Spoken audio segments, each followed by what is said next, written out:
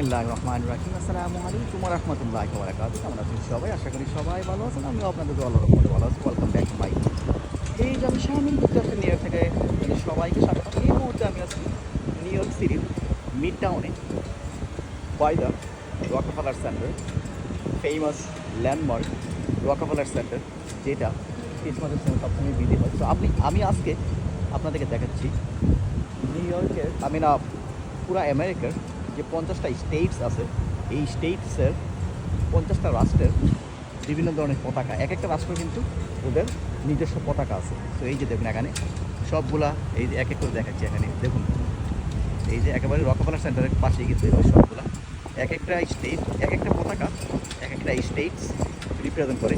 অর্থাৎ 50টা রাষ্ট্র নিয়ে এই আমেরিকা গঠিত। এই জন্য এটাকে বলা হয় যুক্তরাষ্ট্র।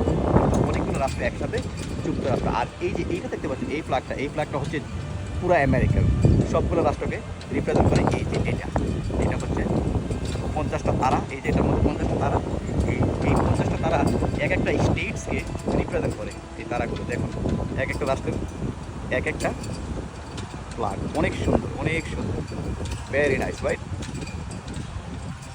So beautiful. 50টা রাষ্ট্র, যুক্তরাষ্ট্র, 50টা রাষ্ট্র নিয়ে আমেরিকা গঠিত। রাতের বেলার দৃশ্য অনেক সুন্দর, রাইট? ভিডিওটা কেমন লাগলো কমেন্টে জানাবেন এবং বেশি বেশি করে শেয়ার করে দেবেন, তাহলে সবাই জানতে পারবে।